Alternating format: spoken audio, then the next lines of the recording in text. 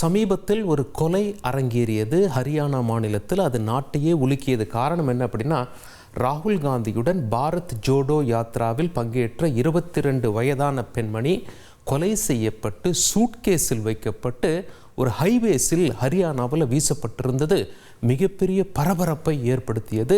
அங்கே காங்கிரஸ் கட்சியினர் என்ன சொல்கிறாங்க பாருங்கள், பாஜக ஆட்சியில் எப்படிலாம் கொலை நடக்குது, எங்கள் கட்சியின் தொண்டர் கொலை செய்யப்பட்டிருக்கிறார் அப்படின்னு சொல்லி மிகப்பெரிய சர்ச்சை அங்கே கிளம்பி இருந்தது. போலீஸ் அந்த குற்றவாளியை பிடிச்சிட்டாங்க. அந்த குற்றவாளியை எப்படி பிடிச்சாங்க அப்படின்னு சொல்லி பார்ப்பதற்கு முன்பாக இந்த பெண் தொடர்பான ஒரு வீடியோவை பார்த்துவிடும்.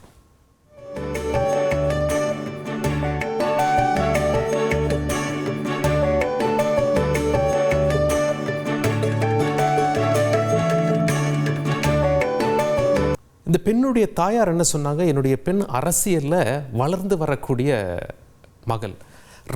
ராகுல் காந்தி கூட புகைப்படங்கள்லாம் எடுத்திருக்காங்க. அதே நேரத்தில் மாநிலத்தில் அங்கே ஏற்கனவே காங்கிரஸ் முதலமைச்சராக இருந்தாங்க. அந்த குடும்பத்திற்கு இந்த பெண் நன்றாக தெரியும். அரசியலில் வளர்ச்சி வேகமாக இருப்பதால் யாரோ காழ்ப்புணர்ச்சியால் கொலை செய்திருக்கலாம் அப்படின்னு சொல்லியிருந்தாங்க. அந்த சூட்கேஸ் வீசப்பட்ட அந்த பகுதியை பார்த்து விடுவோம்.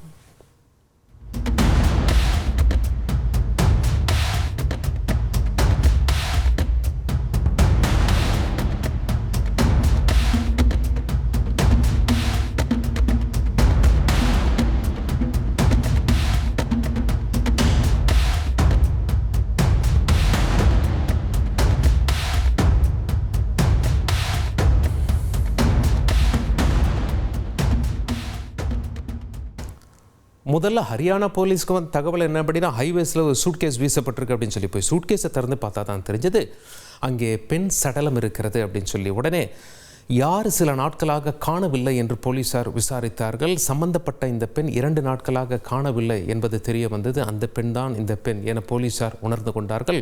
குற்றவாளியை தேட ஆரம்பித்தார்கள், பிடித்து விட்டார்கள். எப்படி குற்றவாளியை பிடிச்சிருக்காங்க அப்படின்னா, போலீஸ் என்ன சொல்கிறாங்க, டெல்லி போய் அரெஸ்ட் பண்ணி கூட்டிகிட்டு வந்திருக்கோம்.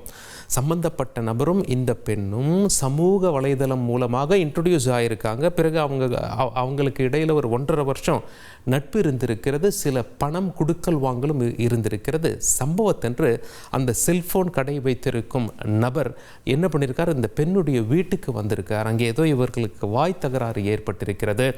செல்போன் ஒயரால் கழுத்தை இறுக்கி கொடூரமாக கொலை செய்து விட்டார்.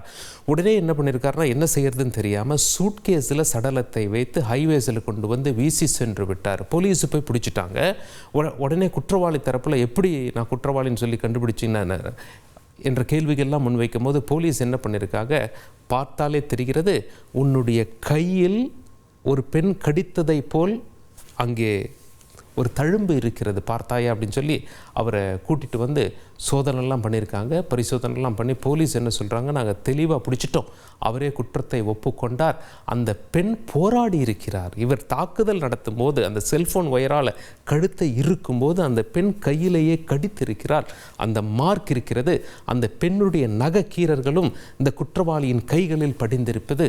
இதை விட பெரிய எவிடன்ஸ் எங்களுக்கு என்ன வேணும் அப்படின்னு சொல்லிட்டு போலீஸ் எல்லாம் சொல்லி குற்றவாளியை பிடித்தாகிவிட்டது. ஏதோ கொடுக்கல் வாங்கல பிரச்சனையாக இருக்கலாம். போலீஸ் கஸ்டடி எடுத்து விசாரிச்சாதான் உண்மை என்னவென்று தெரிய வரும் என ஹரியானா போலீஸார் தெரிவித்திருப்பது குறிப்பிடத்தக்கது. அந்த குற்றவாளியை போலீஸ் பிடித்து ஊடகத்திற்கு காட்சிப்படுத்தியதை பார்த்து விடுவோம்.